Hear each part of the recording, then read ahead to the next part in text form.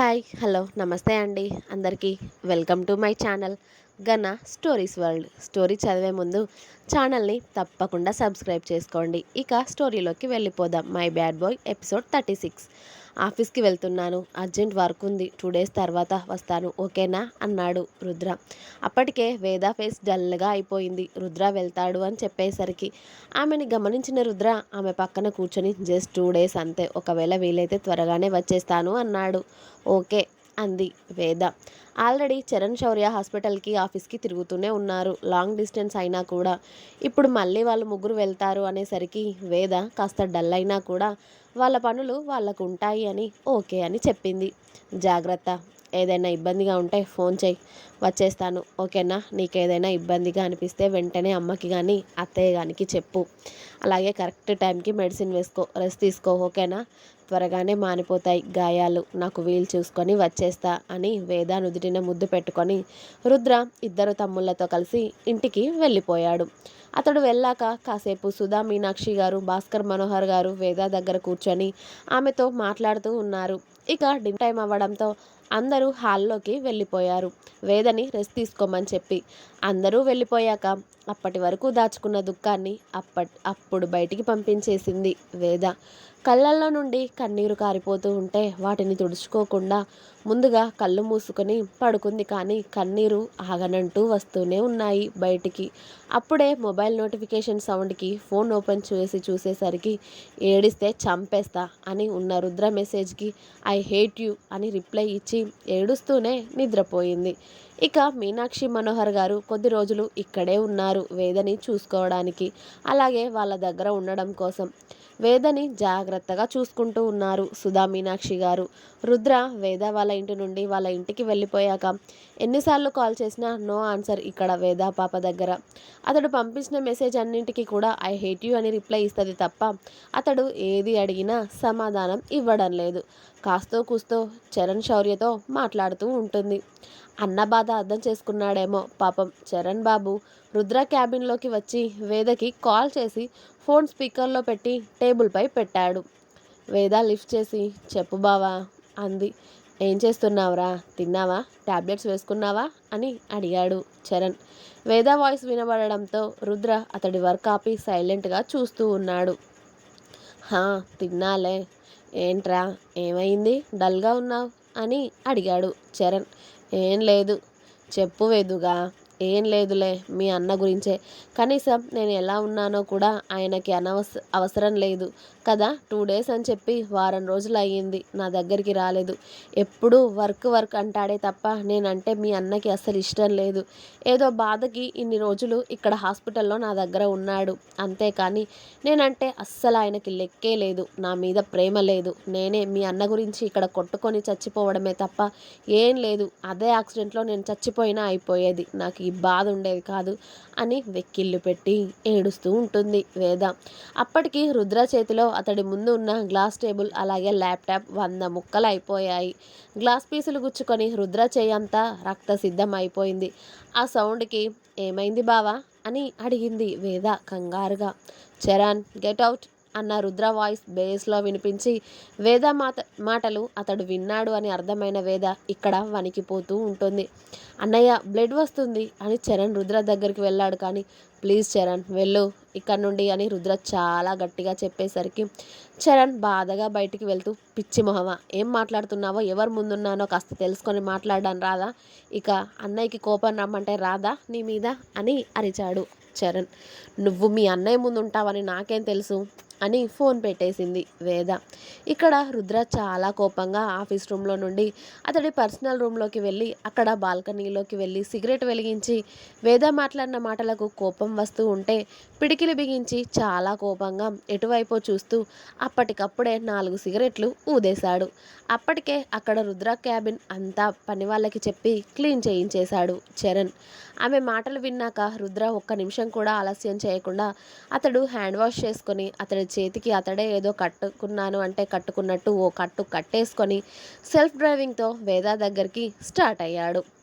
ఇక చరణ్కి అర్థమయ్యింది రుద్ర వేద దగ్గరికి వెళ్తున్నాడు అని. కానీ ఇప్పుడు రుద్ర వెళ్ళాక వేద పరిస్థితి ఏంటో భయంగా అనిపించింది అతడికి.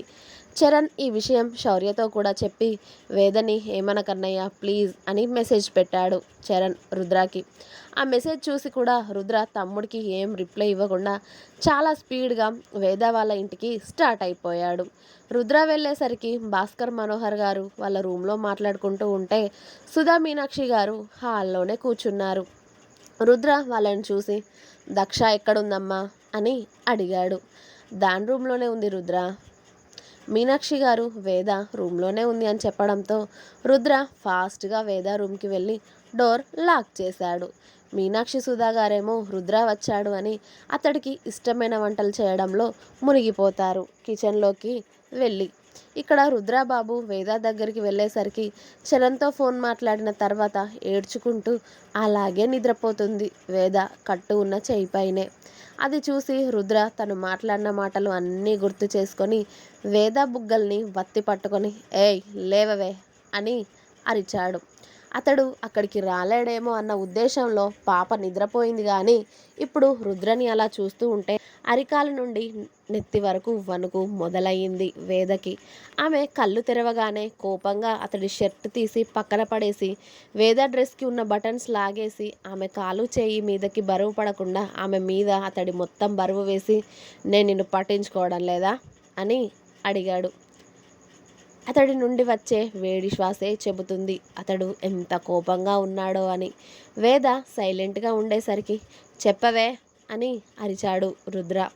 సేమ్ సింహం గర్జించినట్టే అనిపించింది ఓ నిమిషం వేదకి అతడు అలా అరుస్తూ ఉంటే. అతడి వాయిస్లోని బేస్కి ఏడుస్తూ ఏ ఎందుకు రాలేదు నా దగ్గరికి అని అడిగింది వెక్కిళ్ళ మధ్యనే. వర్క్ ఉందని మెసేజ్ చేశానా, కనీసం నా ఫోన్ లిఫ్ట్ చేసావా నువ్వు?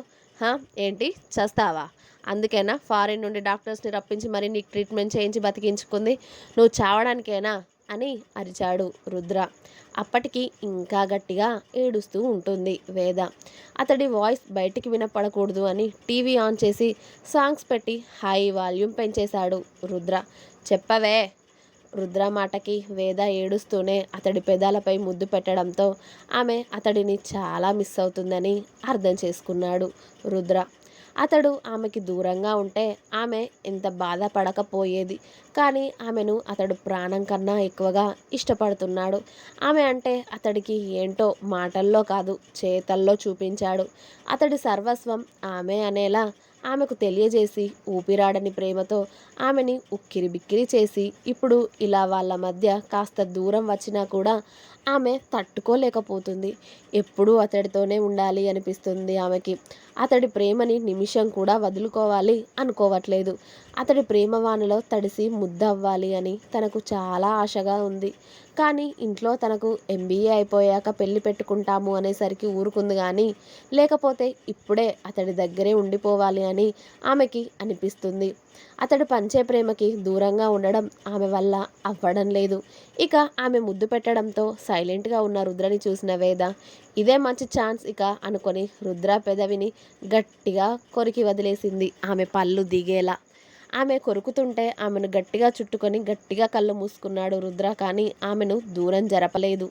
ఆమె కసితీరా అతడి పెదాలు కొరికి అప్పుడు ఏడుస్తూ అమాయకమైన మొహంతో రుద్ర వైపు చూసింది వేద. ఆమె కళ్ళల్లోకి షార్పుగా చూస్తూ అతడి పెదవి నుండి కారుతున్న రక్తాన్ని బొటనవేలితో తుడిచి ఆమెకి చూపిస్తూ ఏంటే ఇది అన్నాడు కళ్ళు ఎగరేసి. ఏమో అన్నట్టు కింది పెదవిని ముందుకు పెట్టింది.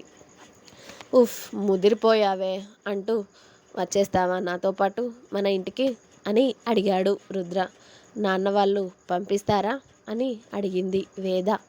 మరి నేను నీ దగ్గర ఉండాలా అక్కడ అన్ని వాళ్ళ నెత్తి మీద వేసి? ఉండొచ్చు కదా, నా మీద ప్రేమ ఉంటే ఉంటావు లేకపోతే ఉండవు అని ఎమోషన్లోకి దిగింది వేద పాప. నీపై ప్రేమ ఉందని నీకు చెప్పానా అన్నాడు రుద్ర యాటిట్యూడ్గా. అంతే పాప మొహం చూడాలి. ఇక ఇంకా ఉంది, నెక్స్ట్ ఎపిసోడ్ రేపు వస్తుంది, వెయిట్ చేయండి. అలాగే మీకు కనుక నా స్టోరీ నచ్చినట్టయితే please like share comment and subscribe చేసుకోవడం మాత్రం అస్సలు మర్చిపోవద్దు. ప్లీజ్ సబ్స్క్రైబ్ మై ఛానల్ గనా stories world. Thank you. Bye bye. అలాగే మీరు స్టోరీ ఎపిసోడ్స్ని ఒకరోజు ముందుగానే చూడాలి అనుకుంటే మెంబర్షిప్ తీసుకుంటే ఒకరోజు ముందే మీకు స్టోరీస్ చదివే అవకాశం ఉంటుంది.